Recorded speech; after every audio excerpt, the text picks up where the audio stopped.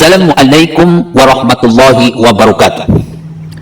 Ibu bapak hadirin pemuda-pemudi sebangsa setanah air dimanapun kalian berada, dari Sabang sampai Merauke, dari dalam Indonesia hingga keluar Indonesia, kembali lagi bersama Gus A dalam channel Tanda Tanya Politik. Kali ini kita akan bahas sebuah pertanyaan. Kenapa Munarman ditangkap dalam keadaan mata diikat, mata ditutup oleh kain hitam? Kita semua pasti bertanya-tanya, kenapa mata Munarman ditutup oleh kain hitam? Ada apa gerangan? Apa alasan yang melatar belakangnya? Kalau orang lain ditangkap, tidak sampai matanya ditutup, tapi ini matanya ditutup. Setelah dijelaskan oleh pihak kepolisian dalam press conference, ternyata alasan yang mendasari Munarman ditutup kepalanya dengan kain hitam, selidik punya selidik, adalah karena sudah merupakan standar baku internasional dalam proses penangkapan teroris. Oh, ternyata ini Mas Bro. Ini yang melatari polisi menangkap Munarman dalam kondisi mata tertutup.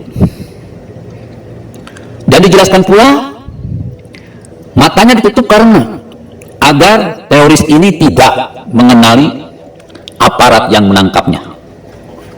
Jadi ada dua alasan ya Bu, bapak-bapak hadirin pemuda-pemudi sebangsa setanah air, ada dua alasan kenapa Munarman sampai ditutup matanya pakai kain hitam. Yang pertama karena sudah menjadi standar internasional penangkapan teroris. Yang kedua supaya teroris tersebut tidak mengenali orang yang menangkapnya. Saya pun baru tahu Bro. Tapi lumayan, ini ilmu. Tapi coba kita ambil sebuah filosofi.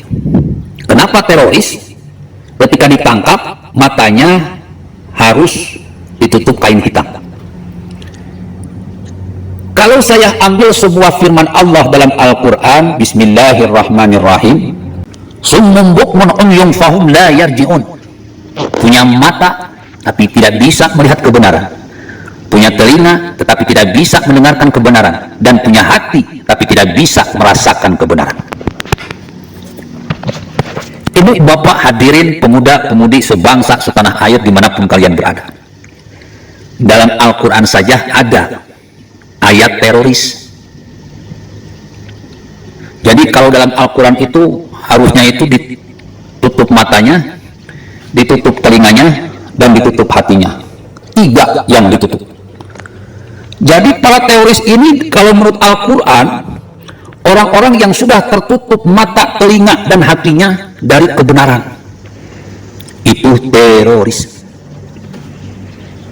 Tapi dalam proses penangkapan teroris, menurut standar internasional, filosofinya adalah